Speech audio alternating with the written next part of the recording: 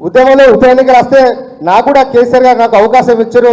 ఎన్నికల ఓడిపోయిన తర్వాత కూడా మన చైర్మన్గా అవకాశం ఇచ్చింది మన కేసీఆర్ గారు. ఇవాళ కాంగ్రెస్ పార్టీ అధికారంలో ఉన్నది, సంవత్సరం దాటిపోయింది. ఏ విద్యార్థి నాయకుడి కన్నా వాళ్ళకు వాళ్ళు అవకాశం ఇస్తున్నారా? చాలా మంది ఉస్మానియా విశ్వవిద్యాలయంలో ఎంతోమంది కాంగ్రెస్ పార్టీ కోసం పనిచేసిన వాళ్ళు కూడా ఎవరు కూడా ఇప్పటి వరకు వాళ్ళు ఇవ్వలేదు. గతంలో 10 సంవత్సరాలు కాంగ్రెస్ పార్టీ రాజశేఖర రెడ్డి గారి నుంచి కిరణ్ కుమార్ రెడ్డి వరకు ఎంతో మంది ఉన్నా కూడా ఆ రోజు కూడా వాళ్ళకు కూడా అవకాశాలు ఇవ్వలేదు. అవకాశాలు ఇచ్చిన పార్టీ బీఆర్ఎస్ పార్టీ, ఇచ్చిన నాయకుడు కేసీఆర్ గారు, కేటీఆర్ గారు అని చెప్పి ఇవాళ మనం సగర్వంగా ఇవాళ చెప్పదలుచుకున్నాం. అదేవిధంగా తెలంగాణ ఉద్యమంలో గులాబీ జెండాను పట్టుకొని ముందుండి తెలంగాణ కోసం పోరాటం చేసింది ఆనాడు టీఆర్ఎస్విగా మన విద్యార్థి నాయకుల పోరాటం వల్లనే అది సాధ్యమైందని చెప్పి ఈ సందర్భంగా విజ్ఞప్తి చేస్తా ఉన్నా. గడిచిన సంవత్సర కాలం లోపల కాంగ్రెస్ పార్టీ ఎన్నో హామీలు ఇచ్చింది. మనం ఎన్ని 1,60,000 ప్రభుత్వ ఉద్యోగాలు మనం భర్తీ చేసినా ఇంకెన్ని ప్రాసెస్లో ఉన్నప్పుడు కూడా రేవంత్ రెడ్డి గారు పిసిసి అధ్యక్షుడిగా ఇవాళ జిల్లాలకు వెళ్ళినప్పుడు అనేకమైన హామీలు ఇచ్చారు.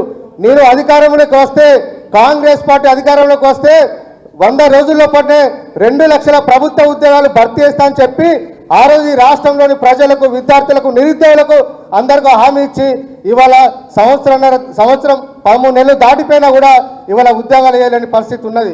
గతంలో కేసీఆర్ గారు ఇచ్చిన నోటిఫికేషన్లే ఇవాళ ఉద్యోగ పత్రాలు ఇచ్చి ఎల్బీ స్టేడియంలో పెద్ద మీటింగ్లు పెట్టి నేనే ఉద్యోగాలు ఇస్తున్నానే ఊకదంపుడు ఉపన్యాసాలకే ఈ ముఖ్యమంత్రి గారు పరిమితి అయ్యారు తప్ప ఈ రాష్ట్రంలో నిరుద్యోగుల పట్ల చిత్తశుద్ధి లేదని మనకు చాలా స్పష్టంగా అర్థమైంది. అదేవిధంగా జాబ్ క్యాలెండర్ ఇస్తా అని చెప్పారు. పేరుకు ఒక జాబ్ క్యాలెండర్ ఇచ్చారు, కానీ అందులో ఉద్యోగాలు లేవు. జాబ్ క్యాలెండర్ కూడా వీళ్ళు ఫాలో అవుతలేరు. మరి ఇలాంటి ప్రభుత్వం మనకు అవసరం అని చెప్పి ఇవాళ గ్రామాల్లో కూడా చాలా మంది యువకులు, నిరుద్యోగులు కూడా ఇవాళ చాలా ఇబ్బంది పడుతూ ఉన్నారు. కాబట్టి ఖచ్చితంగా రాబోయే రోజుల్లో వాళ్ళందరినీ సమీకరించి ఈ ప్రభుత్వానికి వ్యతిరేకంగా 2 లక్షల ప్రభుత్వ ఉద్యోగాలు ఇచ్చే వరకు కూడా మన విద్యార్థులం అందరం కూడా పోరాటం చేయాల్సిన బాధ్యత మన అందరి మీద ఉందని చెప్పి సందర్భంగా మీకు విజ్ఞప్తి చేస్తూ ఉన్నాం. ఇవాళ కేంద్రంలోని భారతీయ జనతా పార్టీ నీటు తీసుకొచ్చి రాష్ట్రంలోని మన విద్యార్థులు, తెలంగాణ విద్యార్థులకు నష్టం జరుగుతుందని చెప్పి ఆ రోజు కేటీఆర్ గారు చెప్పడం వల్ల వారి సూచన మేరకు మనం రాజ్భవన్ ముట్టడిచ్చినాం. జిల్లాలో కూడా మెడికల్ కాలేజీలో కేసీఆర్ గారు మెడికల్ కాలేజీలు కట్టిస్తే ఇవాళ వాటిని సక్రమంగా నడపలేని స్థితిలో ఇవాళ రేవంత్ రెడ్డి గారి ప్రభుత్వం ఉన్నది. కాబట్టి వాటి కూడా ప్రక్షాళన కోసం మనం అందరం కూడా నడుపు బిగించాల్సిన అవసరం ఉంది.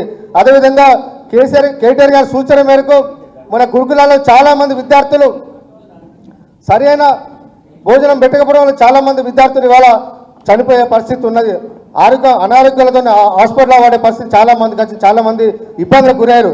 ఆరోజు ప్రవీణ్ కుమార్ గారి నేతృత్వంలో ఒక కమిటీ వేయడం వల్ల కమిటీ మన విద్యార్థులకు అందరూ కూడా ప్రతి గురుకుల పాఠశాలను సందర్శించి గురుకులాల్లో జరుగుతున్న ఇబ్బందులు, ఎలాంటి ఇబ్బందులు అవన్నీ కూడా మన పార్టీ వర్కింగ్ ప్రెసిడెంట్ కేసీఆర్ గారికి మనం నివేదిక ఇవ్వడం జరిగింది. కాబట్టి రాబోయే రోజుల్లో బీఆర్ఎస్ని మరింత బలోపేతం చేసుకుంటూ మరిన్ని పోరాటాలు చేయడానికి మనంతా సిద్ధంగా ఉండాలని చెప్పి మన పార్టీని మళ్ళొకసారి అధికారంలోకి తీసుకొచ్చడానికి, కేసీఆర్ గారిని మళ్ళీ ముఖ్యమంత్రిగా చేయడానికి మనందరం కూడా ఇప్పటి కంకణ బద్దలో పనిచేయాల్సిన బాధ్యత మనందరి మీద అని చెప్పి సందర్భంగా విజ్ఞప్తి చేస్తూ